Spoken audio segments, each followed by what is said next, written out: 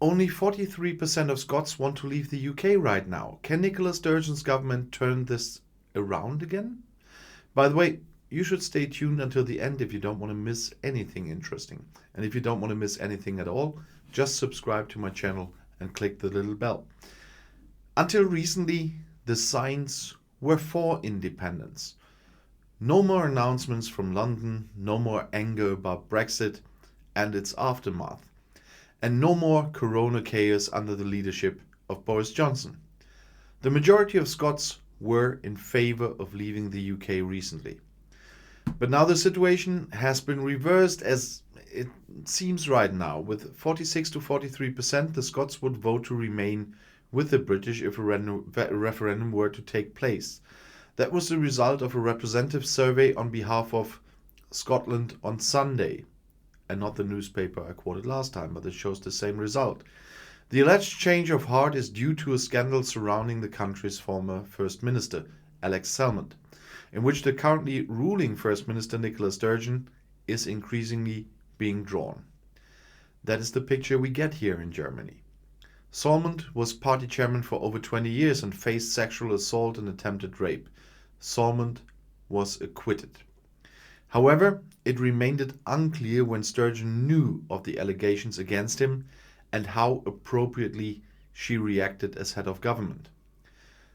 The head of government rejects the fact that it was all a plot against Salmond and that she had started, as she called it, absurd.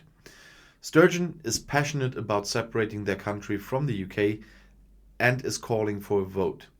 Salmond had already brought about a first referendum on independence in 2014, which, however, was 55% in favour of remaining in the United Kingdom, but under different conditions, being in the EU. With a negative press about him, Sturgeon and the Scottish National Party, the SNP, support for the current plans for independence is now apparently waning. However, the polls only seem to show a change of heart on the part of the Scots. In reality, independence as an issue remains as important as before. On the one hand, the polls have fluctuated for months with a marginal majority for or against leaving the British community of states. The current approval for the whereabouts is above all a snapshot under the influence of the Salmond scandal.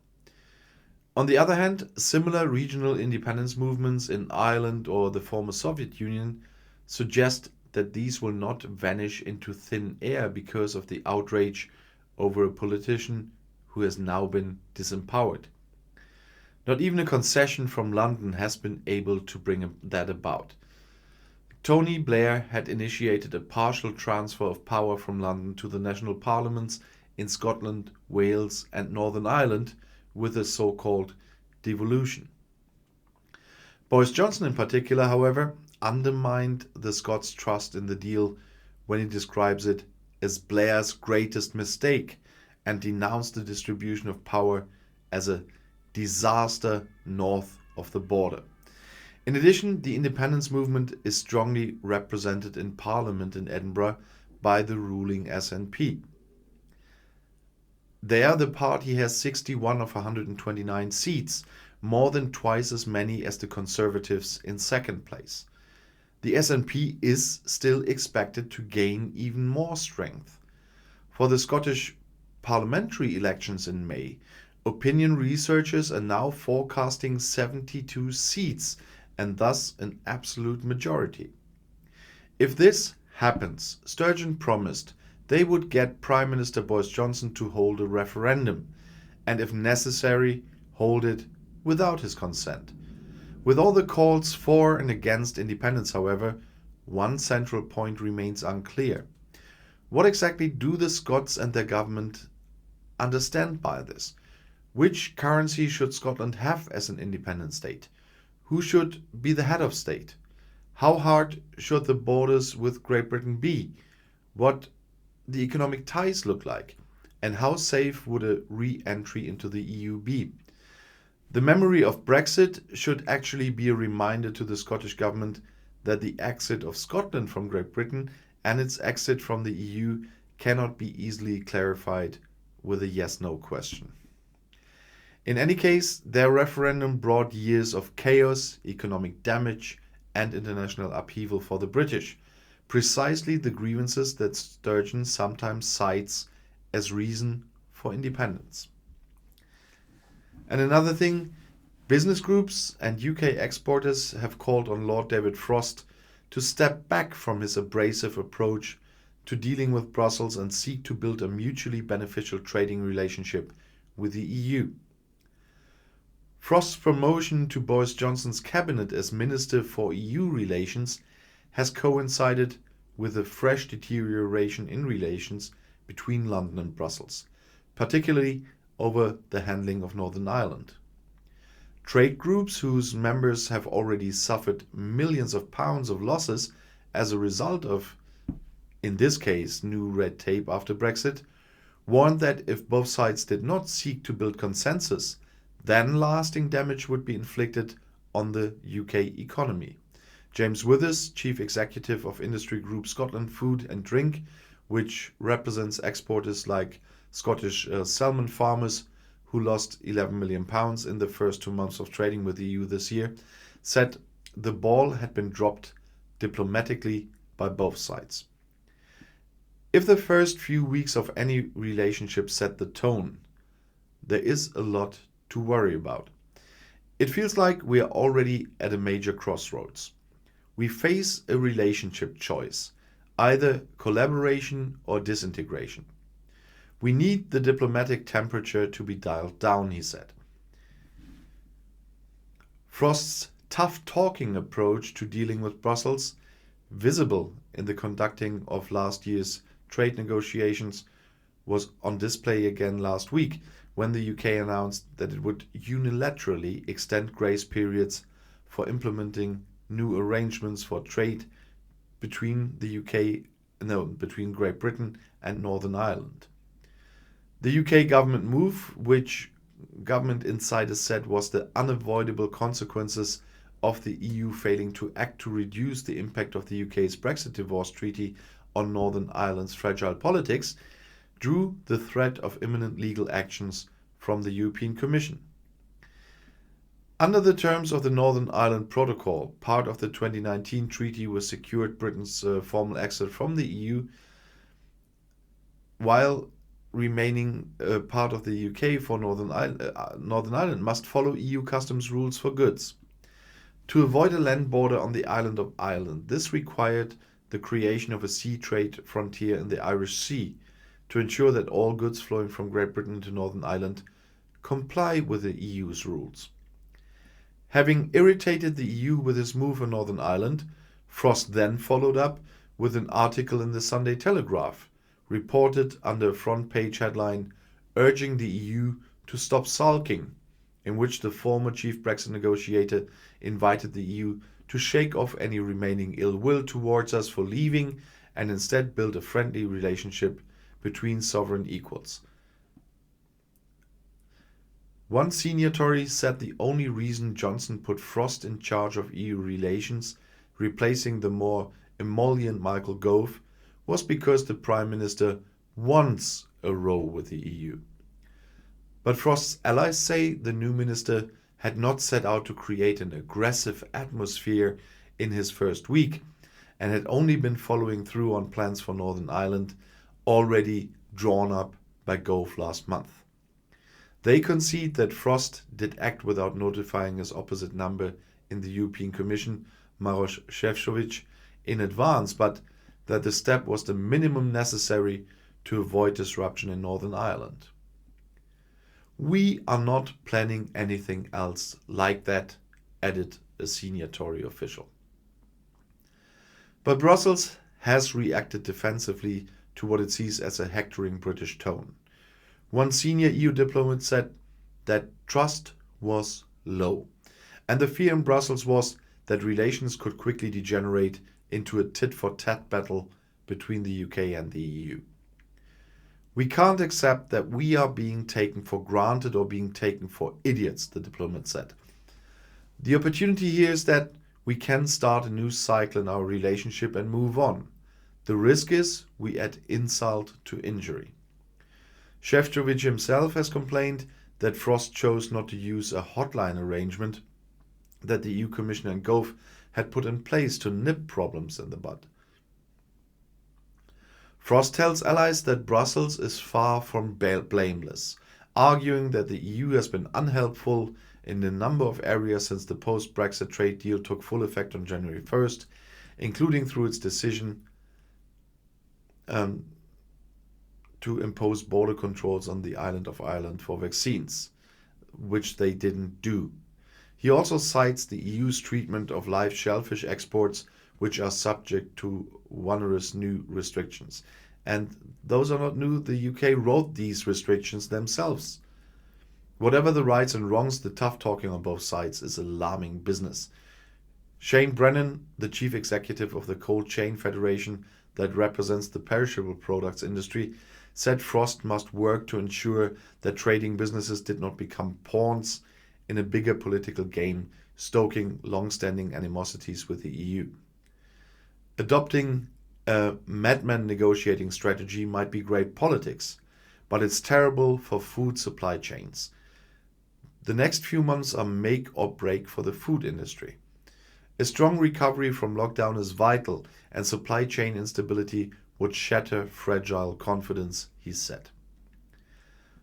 The rise in temperature comes as cabinet ministers deliberate how strictly the UK should enforce new border controls, which are scheduled to be imposed on EU food exporters to the UK after April 1st. Some interest groups, such as hauliers and pig farmers, have argued for a strict approach by the UK government in order to level the playing field with EU competitors, while other interests, such as supermarkets, want a lighter touch approach that prioritizes the flow of goods into the UK. However, Richard Burnett, chief executive of the Road Haulage Association, said there was a contradiction in Frost's hard-nosed rhetorical approach if, as widely expected, the UK decided to soft-pedal the new controls to reduce the risk of interruptions to supply chains. It doesn't make sense Frost taking a verbal hardline with Brussels and then taking a light-touch approach to enforcing the new UK border unless you've got good and trusting dialogue between the two parties, which clearly we haven't, he said. And another thing with Brexit. In connection with Brexit, we have often talked about possible Russian interference before the referendum. Now the target is apparently Germany. According to an EU study, Russian media have spread false information about Germany more than 700 times, more than about any other country in Europe. Moscow doesn't want to know about it, however. Defamation, propaganda, lies. Germany is the focus of disinformation campaigns from Russia after an EU investigation, as I said. No other EU member state is being attacked more violently than Germany, says a report published by the European External Action Service, the EEAS, in Brussels on Tuesday. It speaks of both systematic campaigns at the political level and campaigns by media close to the Kremlin. The government in Moscow described the allegations as ridiculous, but did not directly reject them. Rather, the Foreign Ministry accused the West of engaging in propaganda of the worst kind. According to the EU report, Germany has been the target of attacks by Russian media since the end of 2015. For comparison, a good 300 cases were collected for France, a good 170 for Italy, and just 40 for Spain. For this purpose, an EEAS special unit analyzed publicly available media reports and statements. The Kremlin creates an intellectual image of Germany in which there are a few sensible voices in a chorus of irrational Russophobia, the report says. Russia has long been in a propaganda war with the West. Relations between the EU and Russia had recently deteriorated considerably. One of the reasons for this is the poisoning of the Kremlin critic Alexei Navalny, who has meanwhile been imprisoned in Russia. At the beginning of February, the EU Foreign Affairs representative Josep Borrell unsuccessfully demanded his release in Moscow. A new campaign started a few days later, the report said. Dealing with Navalny and his wife Yulia Navalnaya is cited as an example of disinformation. The two are repeatedly referred to as puppets of Western intelligence services who receive instructions from agents to harm Russia. The head of the Kremlin, Vladimir Putin, has also claimed that Navalny is working with the US Secret Service, the CIA, with the opposition firmly rejects, but there is no evidence. But Russia's state propaganda made up new stories. The propagandist Vladimir Solovyov, mentioned in the EU report recently, said that Yulia Navalny must have flown to Germany to get instructions that could not be given to her over the phone. On Russian portals close to the Kremlin, it was also reported that Navalny was a German citizen. The Foreign Office in Berlin denied that. Navalny also rejected the reports. Russian media also suggest that Russians and Christians are being oppressed in Germany and that Russian children are stolen and given to pedophiles, the report says. Since the beginning of February, the story of a Russian family has been exploited in Berlin, whose 3 children have been taken into custody by the authorities because their well-being was at risk. A website described the incident as the answer to Navalny. The EU report sees a duplicity of Russia. The Kremlin and the Ministry of Foreign Affairs expressed their willingness to talk while at the same time allowing such attacks. This would sow uncertainty and discord, and Russian officials would have more room for maneuver. The spokeswoman for the Russian Foreign Ministry, Maria Zakharova, who is mentioned in the EU report with a verbal attack on Germany herself, described the allegations as ridiculous. It is, of course, very funny to hear the accusations about any disinformation campaigns because we ourselves cannot even cope with commenting on inaccurate claims, for example, from Berlin. Zakharova referred to a section on the website of the Moscow Foreign Ministry, which in turn lists false reports from Western media about Russia. We'll see if I land there with this report here. There are many examples there of how Russia is being attacked in an aggressive manner with the worst kind of propaganda. German Foreign Minister Heiko Maas from the Social Democrats wants to react to the Russian approach with a positive agenda. Among other things, the current Germany year in Russia should help prevent false information about Germany from falling on fertile ground, Maas said in Berlin. Regarding the EU report, Maas said, we are not surprised. The attacks were aimed at undermining trust in democratic institutions and democracy as a whole. And one thing from a similar region, China has strongly opposed the UK Communications Office, the Ofcom's decision to fine the China Global Television Network, the CGTN. I reported on that one. This was stated by the spokesman for the Chinese Foreign Ministry, Zhao Liang, at a press conference in Beijing on Tuesday. According to this, Great Britain is building barriers for Chinese media in the UK with this step, which could restrict them in their normal work. Ministry spokesman Zhao emphasized that CGTN had always adhered to the principles of objectivity and fairness in its reporting. Ofcom decisions reflects the agency's strong ideological bias towards China, Zhao Liang added. It is a blatant and ridiculous political approach. Ofcom should instead investigate and punish some of the British media for its long history of untrue and false reports on China and the Hong Kong issue, Zhao Liang said. Well, in case of Brexit, I would agree there.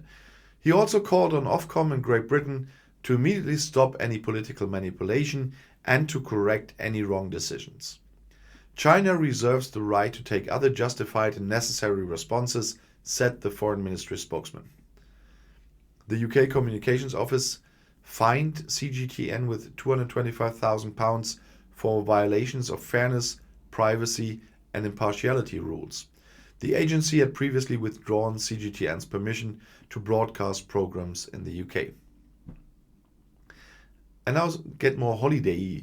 England lifts the cruise ban, which has actually been in force since March 2020, and they will lift them on May 17th.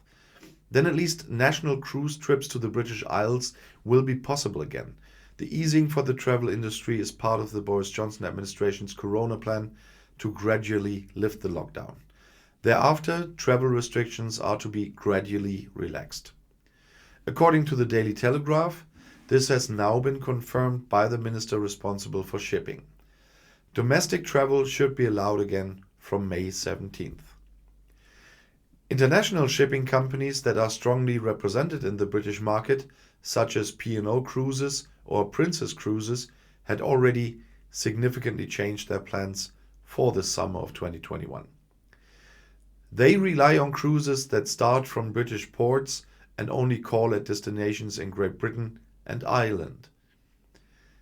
The island of Guernsey is not on the timetables. Cruise ships are not allowed to dock there for the rest of 2021. P&O Cruises commented positively on the decision to make travel easier from May 17th, but stated that preparations would take longer and cruises would not start until a few weeks after May 17th. The shipping company intends to announce specific dates in the course of March. Princess Cruises has cancelled cruises of the Sky Princess, Regal Princess and Island Princess from Southampton until September 25th and now wants to offer shorter trips with the Regal Princess and Sky Princess exclusively for British passengers, which will also be announced in March. Cunard Line has cancelled trips with a start date before June 21st and is currently examining the possibilities according to the new regulations in the UK. Saga Cruises is currently only planning the restart for August and has not yet made any route changes for these trips in the North and the Mediterranean. Riviera Travel uses the expedition cruise ship Sea Venture, which is marketed in Germany by Viva Cruises for some UK cruises. And Tradewinds Voyages wants to go to Scotland and Ireland with the newly built tall ship Golden Horizon, provided that the court ruling in March in the dispute with Star Clippers over the ship thwarts these plans. Overall, the cruise on a purely British market could start again to a significant extent in the summer of 2021. With the exception of Saga Cruises, who have already made clear statements in this regard, it is still unclear to what extent there will be compulsory vaccinations on these cruises. And one thing really off topic is residents of a county in England have found piles of charred stones. Before that, a ball of fire went down from heaven to earth. For research, it is like winning the lottery. In the southwest of England, residents have discovered parts of a rare meteorite, the bright glow of which has recently spotted when it fell to earth. According to scientists, it is the first time in 30 years that meteorite fragments have been found in the UK. A resident in Gloucestershire had found a pile of charred stones in his driveway, and later other citizens came forward with similar marble-sized finds.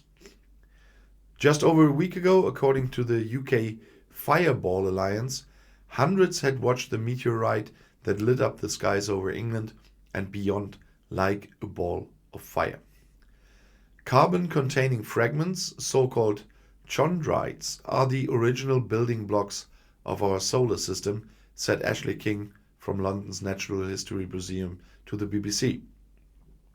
Nothing like it has ever been found in Great Britain.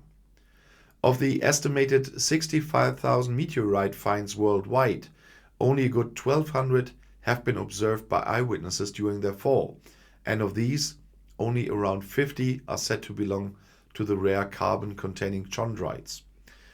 Particularly bright meteorites are also called bolides. These are mostly rocks that are hurtling through space at high speed.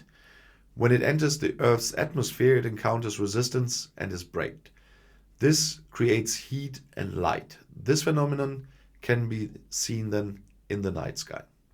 And if you want to stay informed, please subscribe to my channel. Auf Wiedersehen.